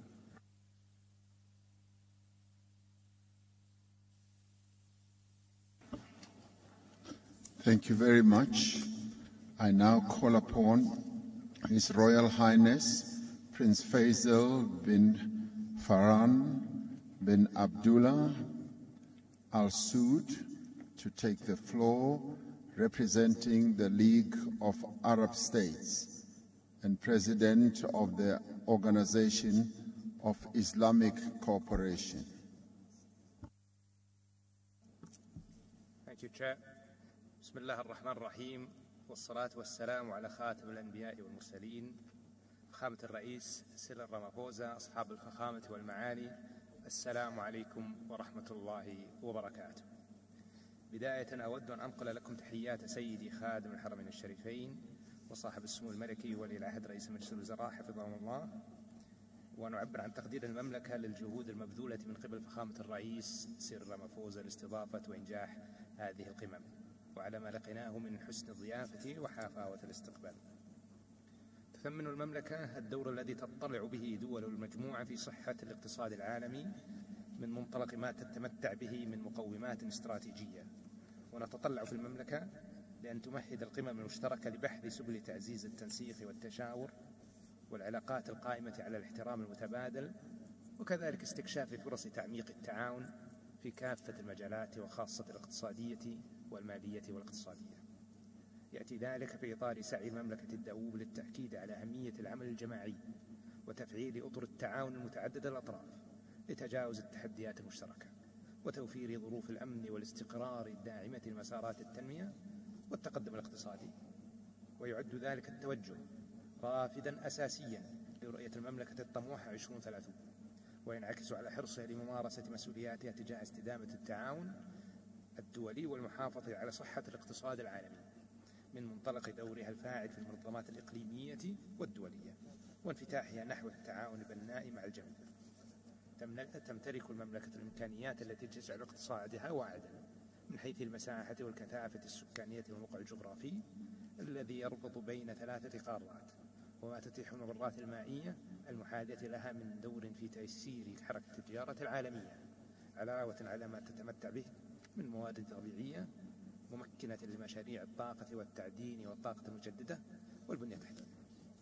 إن المملكة تمضي قدما بخطوات واثقة نحو تحقيق الأهداف العالمية للتنمية المستدامة وتعزيز رفاهية الشعوب بامتلاك أدوات فعالة ودور مسؤول في تحقيق استقرار أسواق الطاقة والاستمرار في كونها مصدرا آمنا موثوقا لإمداد الطاقة من جميع المصادر مع تركيز استثماراتها على الطاقة المتجددة. كما وظفت المملكة قدراتها المالية وعضوياتها في المؤسسات المالية الدولية، وعملت على بناء صناديق سيادية تحوي استثمارات عالمية ذات كفاءة بما يسهم في زيادة تدفقات الاستثمارات ويعزز التبادل الاقتصادي مع الدول. تتمتع المملكة بصداقة قوية وعلاقات تجارية وشراكات استراتيجية مع كافة دول المجموعة، وتعتز المملكة بكونها أكبر شريك تجاري لمجموعة بريكس بمنطقة الشرق الأوسط، بإجمالي التجارة الثنائية مع دول المجموعة تجاوز 160 مليار دولار في عام 2022، الأمر الذي يعكس علاقة متينة مع المجموعة. ونتطلع إلى تطوير هذا التعاون بما يخلق فرص تنموية واقتصادية جديدة ترتقي بعلاقاتنا نحو الطموح المأمول. إن العلاقة الاستراتيجية المتميزة بين المملكة ودول مجموعة بريكس تعزز أطر المبادئ المشتركة، ومن أبرزها الإيمان الراسخ بمبدأ احترام سيادة الدول واستقلالها وعدم التدخل في شؤونها، والتمسك بمبادئ القانون الدولي وتسوية النزاعات بالطرق السلمية والحرص على صون السلم والأمن الدولي واتخاذ أفضل الأطر الدبلوماسية متعددة الأطراف من أجل تحقيق التعاون الأمثل والتنمية المشتركة الفعالة. تتضمن أجندة هذه القمم الواعدة العديد من المقترحات القيمة التي تستهدف التعاون من أجل النمو المتسارع والتنمية المستدامة والتعددية الشاملة مما يصب في مصلحة شعوبنا. لذا تؤكد المملكة على ضرورة مواجهة التحديات التي تعيق تحقيق التنمية المستدامة وتعطل التعاون الدولي من خلال تضافر العمل الجماعي الفعال والشراكات البناءة لمعالجة التحديات المشتركة مثل الفقر والأمن الغذائي وأمن الطاقة والتغيير المناخي وغيرها، مع الأخذ باعتبار بأن الدول النامية تتأثر أكثر من غيرها عندما يتراجع التعاون الدولي ويتصاعد التنافس ويقل الاستقرار. ختاما، نتطلع أن تمهد هذه القمم لشراكة أكثر فاعلية وتنوعا بين دولنا، وأن تسهم جهودنا في توسيع مجالات التعاون بما يعظم مصالحنا المشتركة ويعزز السلم والتعاون الدولي. والسلام عليكم ورحمة الله وبركاته.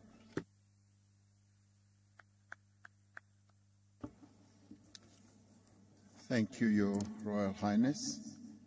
I now call upon His Excellency Ms. Dilma Rousseff, President of the New Development Bank.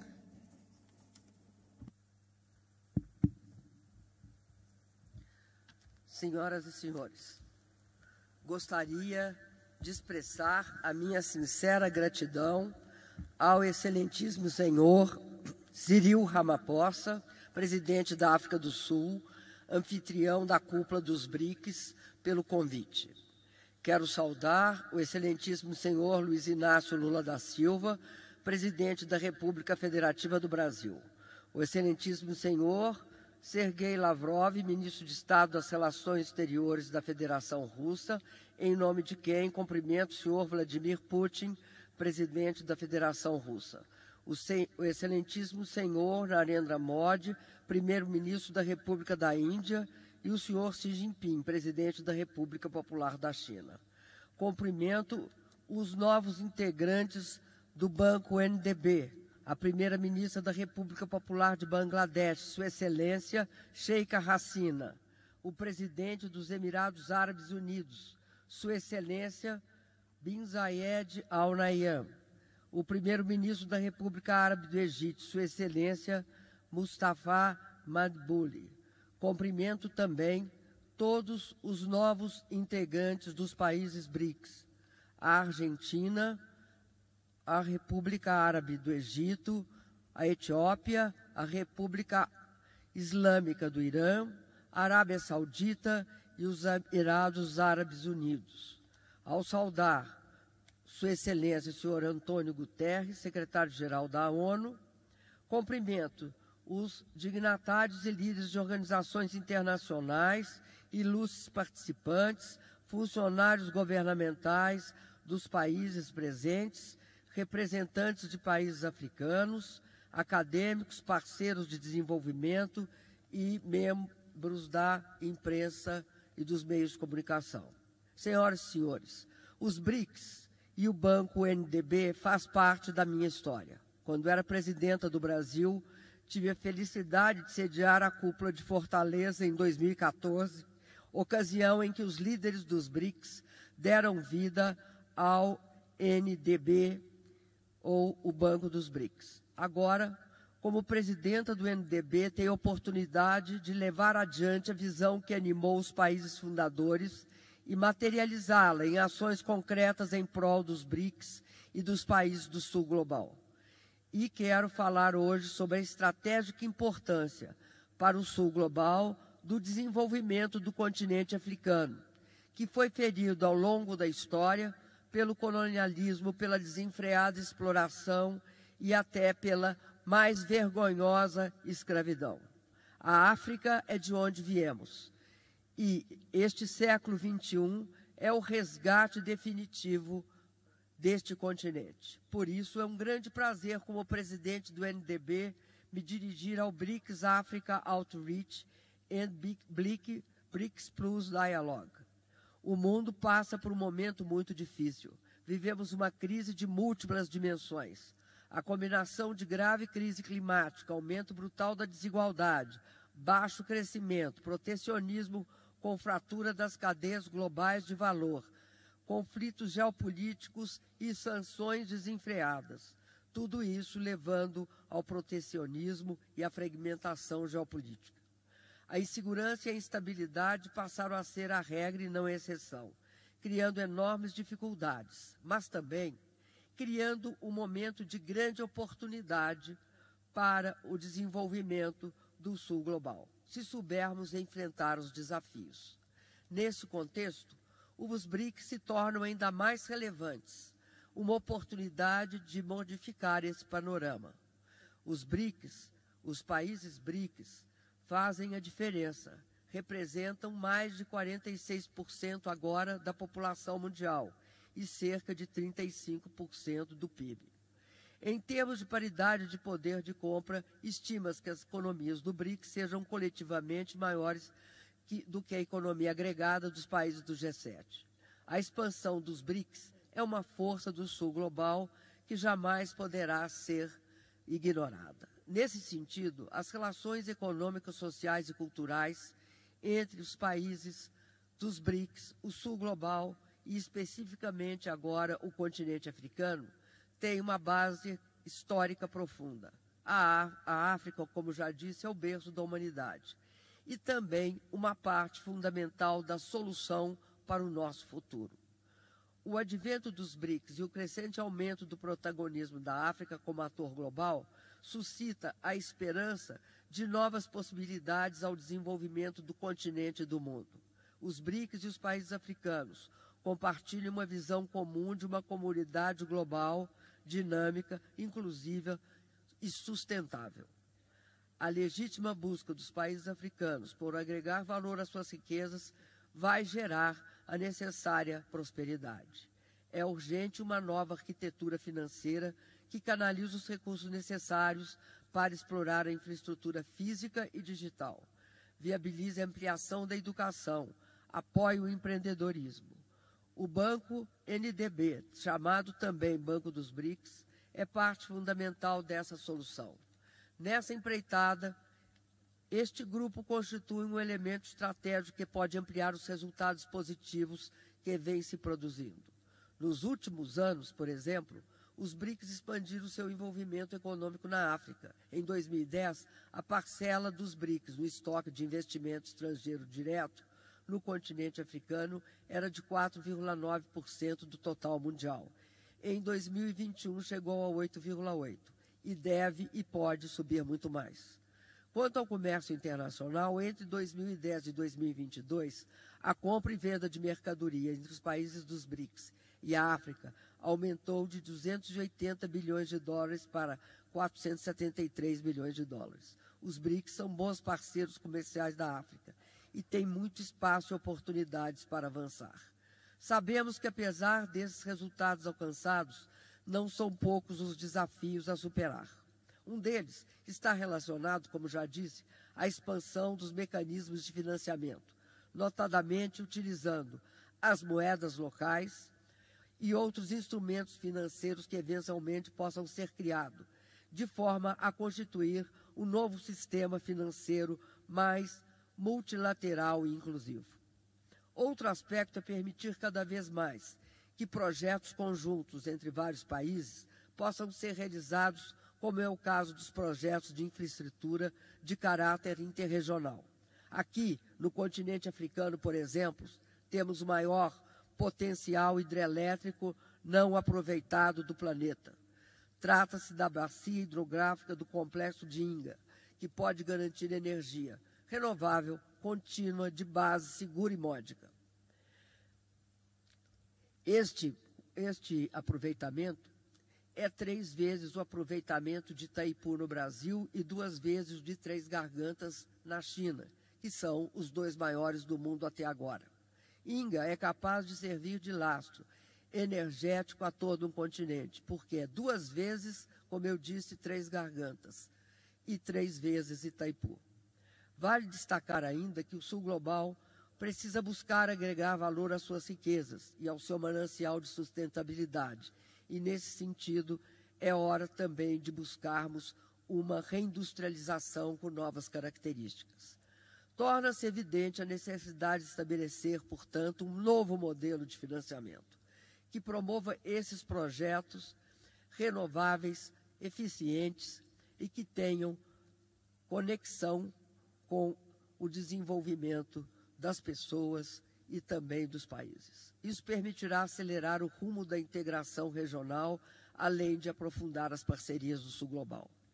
As plataformas multilaterais, como o Banco Asiático de Investimento em Infraestrutura, o Banco Africano de Desenvolvimento, o Banco Islâmico de Desenvolvimento e o UNDB, por exemplo, são estratégicas na busca de um reequilíbrio mais justo e inclusivo da ordem financeira internacional. O UNDB é o primeiro banco de desenvolvimento criado por e para economias emergentes. As prioridades do UNDB estão alinhadas com a Agenda 2063 da União Africana. O UNDB apoia projetos que reduzam as desigualdades sociais e de gêneros, garantam acesso aos serviços de saúde, educação e moradia e contribuam para melhorar os padrões de vida das grandes comunidades de pessoas excluídas que ainda existem nos países do Sul Global, na África, na Ásia e na minha América Latina. Mas sinto-me profundamente honrada por ser presidenta do novo Banco de Desenvolvimento e por estar aqui na África. Estamos juntos para trabalhar pela redução das desigualdades, a geração de empregos, o crescimento econômico dos países membros. E nós sabemos que desenvolvimento só tem sentido se for sustentável e inclusivo.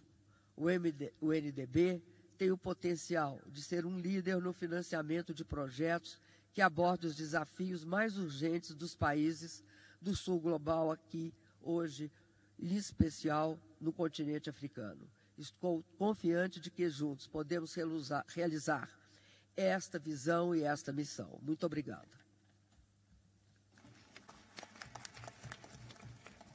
Thank you very much.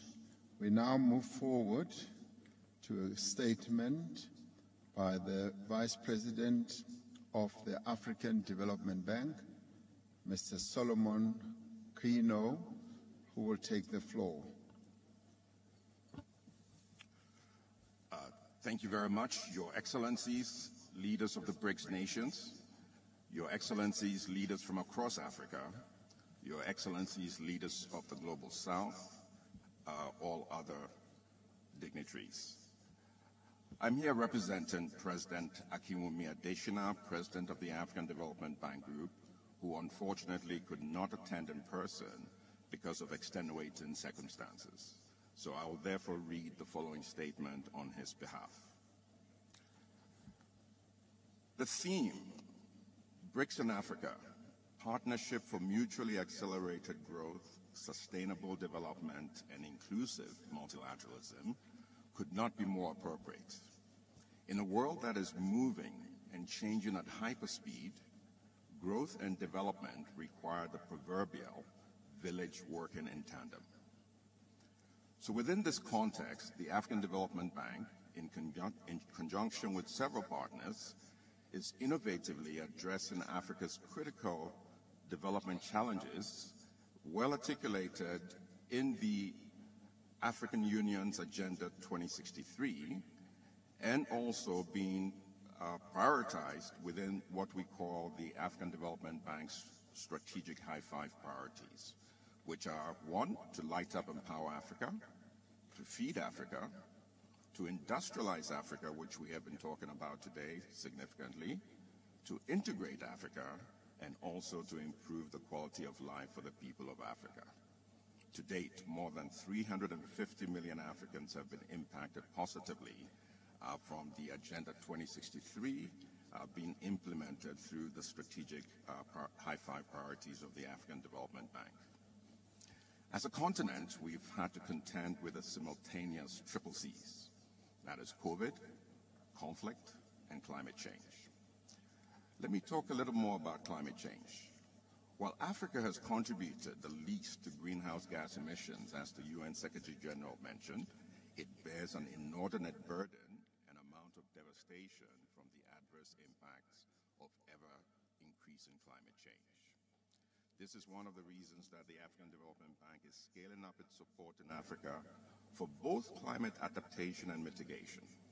For example, we're implementing the $20 billion Desert to Power program that would deliver 10 gigawatts of solar power to over 250 million people across the Sahel. It was also good to hear the president of the New Development Bank talk about Grand Inga, but there's also Inga 3. Africa has huge hydro potential.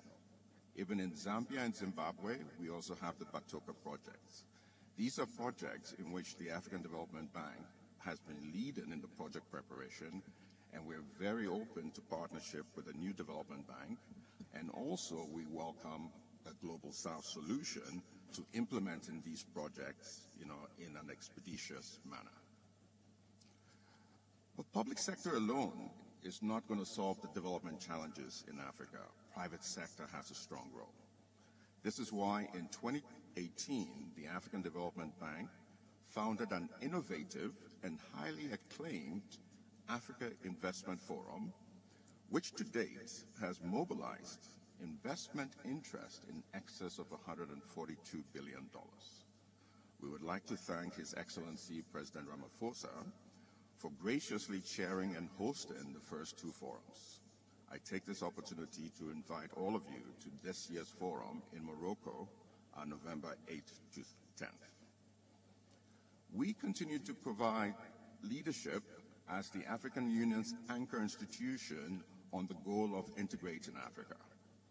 We have built several thousands of kilometers of cross-border roads and electricity transmission lines, and are also investing in railways and waterways.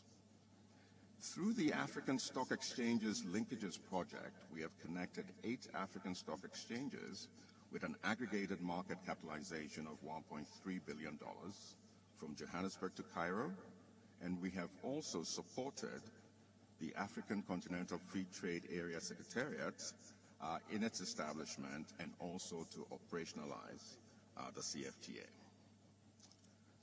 For decades, I've remained adamant: no bird can fly with one wing. Likewise, nations and institutions. To address inequitable growth head-on, our Affirmative Finance Action for Women in Africa, popularly called AFAWA, has deployed over $1.1 billion of financing to women-owned businesses, and we have also started rolling out the innovative Youth Entrepreneurship Investment Banks to provide opportunities for youth entrepreneurs, given the youth democratic and demographic dividend that we have in Africa. As we scale up our development support efforts, it's important that reforms of the global financial architecture are also implemented, which we've heard from the UN Secretary General and also the President of the New Development Bank. In this regard, the African Development Bank has provided leadership on rechanneling IMF special drawing rights to qualified regional development finance institutions, given our capacity to leverage these instruments 3 to 4 times for the benefit of our regional member countries and private sector. In conclusion, in Africa, the baobab tree is one of the largest trees. To encircle it, it doesn't take one pair of hands, it takes many hands joined together. So as I end, I would like to emphasize the power of partnerships, and we look forward to such with the New Development Bank. Thank you, and God bless. Thank you very much, Your Excellencies. It is now time for us to have a luncheon where we will listen to Her Excellency, President of the United Republic of Tanzania, and Her Excellency, the Prime Minister of Bangladesh, Ms. Sheikh Hasina, and thereafter we will come back and then continue with our speeches in alphabetical order, where the heads of states will take the floor, and thereafter we will take all others who are representing the heads of states from various countries. Let us now take time to go and have lunch, as we will be directed by protocol officers across this side. Thank you very much, and we will do that in 1 hour, and we will be back again. Thank you.